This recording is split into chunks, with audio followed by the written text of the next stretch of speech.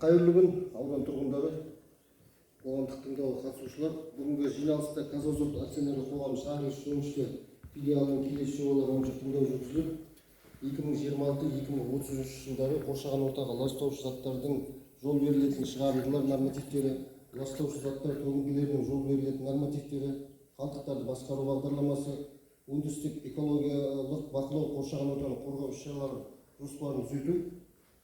Тыңдау төрағасы мен өзім Бейнеу Көкшетау Сәкен Сағызбайұлы, Маңғыстау облысының Бейнеу ауданы жер қатынастары сәулет және қала құрылысы бөлімінің басшысымын. Қоғамдық тыңдауды ашық деп жариялаймын. Енді қоғамдық тыңдаудың қатысуын сайлауды ұсынамын. Қатысушы ретінде Казазот акционерлік қоғамының қоршаған ортаны қорғау жетекші инженері Тәкенова Айнаш ұсынылады. Қарсылық болмаса дауыс берулеріңізді сұраймын. Қабылданды.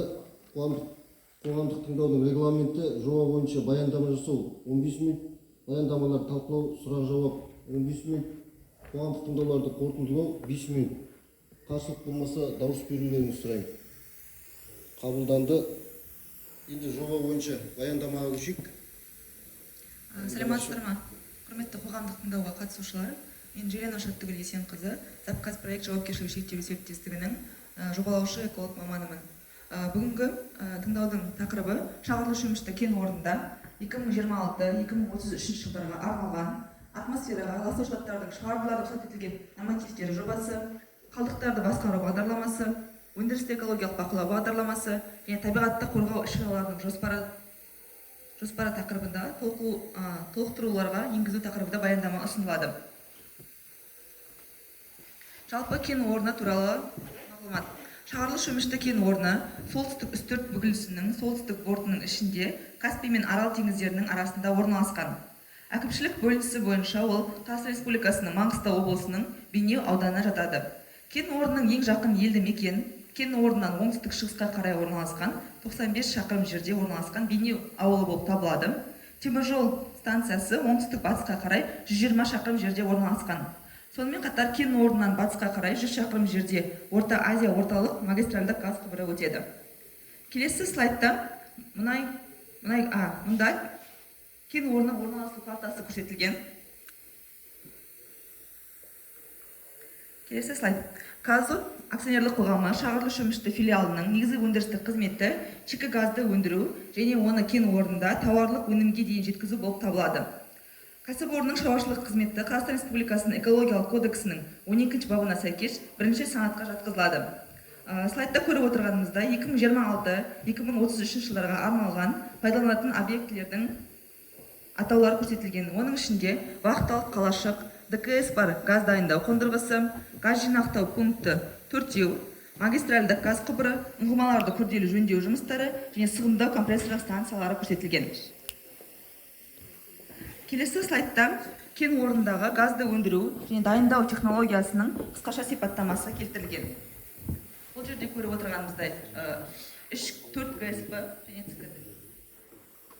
Келесі слайдта ол вахталық қалашық пен газ жинақтау пункттері.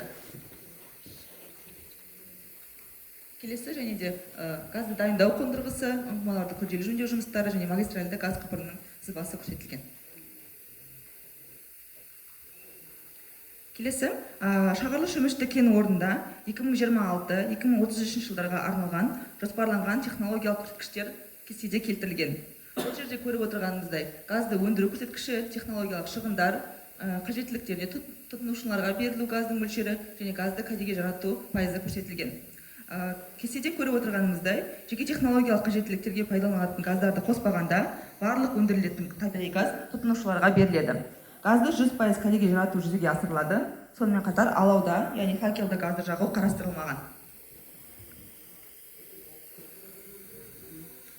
Келесі слайдта кестеде 2026-2033 жылдарға арналған атмосфераға ластану көздерінің саны көрсетілген. Бұл жерде көріп отырғанымыздай 527 көзі анықталды шығарындылардың, оның ішінде 269 көз ұйымдастырылған, 258 көз ұйымдастырылмаған шығарындылар көздеріне жатқызылады. Келесі слайдта атмосфераға шығарындылардың есептелінген нормативтері көрсетілген. Көріп отырғанымыздай 2026-2033 жылдарға 1100,1 және 10,4 тонна жылына шығарындылар есептелген болатын. Келесі слайд ол қалдықтар басқару бағдарламасы. Кестеде көріп отырғанымыздай барлық кен орнында түзілетін қауіпті және қауіпті емес қалдықтардың атаулары және көрсетілген. Оның ішінде қауіпті қалдықтарға пайдаланылған люминесцентті шамдар, аккумулятор батареялары, пайдаланылған майлар, бұрғылау шламы, бұрғылау ерітіндісі, пайдаланылған майлы сүзгілер, майланған шүберек, лак бояу материалдарының пайдаланған ыдыстары, медициналық қалдықтар, құрамында қауіпті заттар бар, тонер қалдықтары, картридждер мен циолит жатқызылады.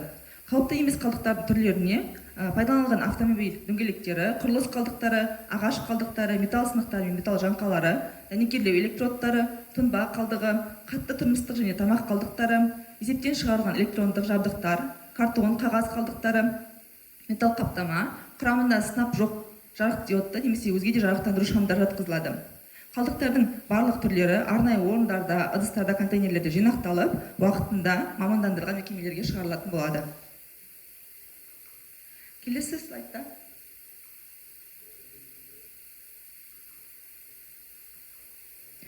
слайдта қалдықтардың жинақтау лимиттері көрсетілген. Көріп отырғанымызда 2026 жылға жинақтау лимиті 550 тоннаны құрайды, 2027-28 жылдары 470 тонна, 2029 жылы 530 тонна, 2030-2032 жылдары 470 тонна және 2033 жылдарға 530 тонна қалдықтар жинақтау лимиттері көрсетілген. Және сонымен қатар қалдықтар жинақтау контейнерлері орындары көрсетілген слайдта. Келесі, есептеу жүргізу және шекті рұқсат етілген шоғырлаудың нормативтерін белгілеу. Есептеу нәтижелеріне сәйкес, шағырлы шөмішті кен орнының нормативтік санитарлық қорғаныс аймағы шекарасында кен орнының объектілерін эксплуатациялау кезінде барлық заттар мен жинақтар топтар үшін жол берілетін шекті шоғырланудың артуын байқамайтынын көрсетеді. Сонымен қатар слайдта кен орнының фонды концентрациясы көрсетілген. Келесі ол санитарлық қорғаныс аймағы мөлшерінің негіздемесі. Қазақстан Республикасының денсаулық сақтау министрлігінің 2022 жылғы бұйрығымен бекітілген адамның өмір сүру ортасы мен денсаулығына әсер ету объектілері болып табылатын объектілердің санитарлық қорғаныс аймағынан қойылатын санитарлық эпидемиологиялық талаптарға, санитарлық қағидаларға сәйкес шағырлы шөмішті кен орнының өнеркәсіптік алаңы үшін санитарлық қорғаныс аймағының мөлшері 1000 метрді құрайды.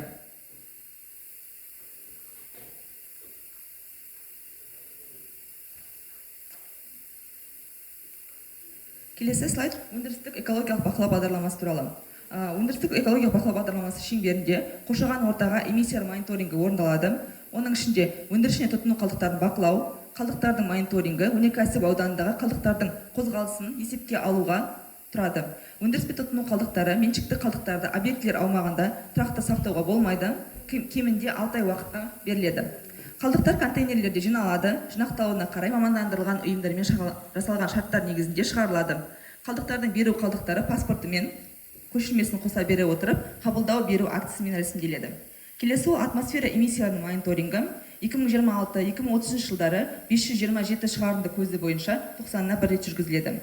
Келесі ол су ресурстарын бақылау, ағынды сулар, оның ішінде тазартуға дейінгі және кейінгі өлшеулер жүргізіледі. Өлшеу жиілігі айына 1 рет. Шаруашылық тұрмыстық ағындар тазарту үшін номиналды өнімділігі тәулігіне 60 метр кубқа дейін ошауланған блок контейнерлерде модульдік орындалатын биокс 50U қондырғысы қабылданған. Келесі ол әсер ету мониторингі. Әсер ету мониторингі шеңберінде атмосфералық ауаға әсер ету, яғни санитарлық қорғаныс аймағы шекарасында 8 нүкте бойынша 90-на 1 рет жүргізіледі. Келесі ол жер асты суларының мониторингі. Мониторингтік желі 8 гидрогеологиялық бақылау ұңғымасынан тұрады. Бақылау жиілігі 90-на 1 рет. Келесі ол жер жамылғысының мониторингі. Кен орнында топырақтағы мұнай өнімдері мен ауыр металдардың құрамына бақылау жүргізу үшін 4 мониторинг нүкте салынады. Бақылау жиілігі жылына 2 рет. Келесі ол биоалуантүрлілік мониторингі. Компания қызметінің жануарлар мен өсімдіктер әлемінің әртүрлілігінің өзгеруіне әсерін айқындау мақсатында жылына 1 рет өткізілетін болады. Келесі ол радиациялық мониторинг. Радиациялық жағдайдың мониторинг, радиациялық бақылау радиометрлік көмегімен жүзеге асырады. Радиологиялық зерттеулер жылына 1 рет жүргізіледі.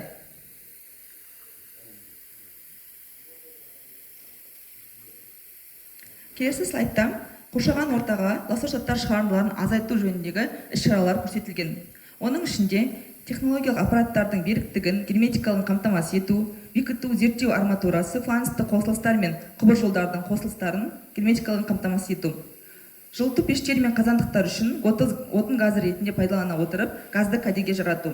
Сонымен қатар газ қоршынды электр станциялары мен автономды қуат көздерін электрмен жабдықтау көзі ретінде пайдалану. Газды сығымдау үшін қозғалтқыштары газ отынмен жұмыс істейтін турбокомпрессорлық агрегаттарды пайдалану.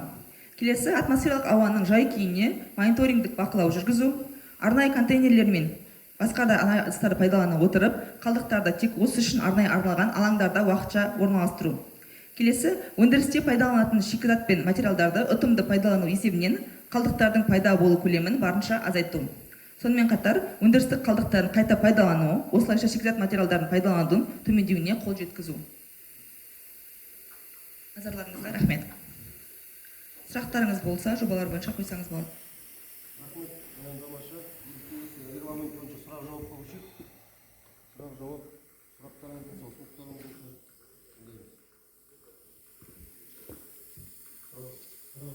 Сұрақ жоқ болса, онда қорытындылаймыз ғой. Департаментпен Онлайн қатысушыларға сұрақ бар ма? Онлайн қатысушылар сұрақ бар ма? Ұсыныс сұрақ.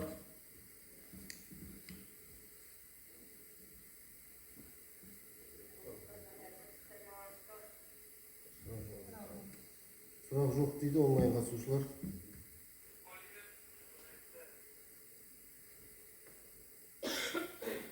Сұрақ жоқ қой да? Онда рахмет, түсінікті болды, баяндамаңыз. Жұмыстарыңызға сәттілік тілейміз. Осымен қоғамдық тұтыну жабық деп жариялаймын. рахмет қатысқандарыңызға.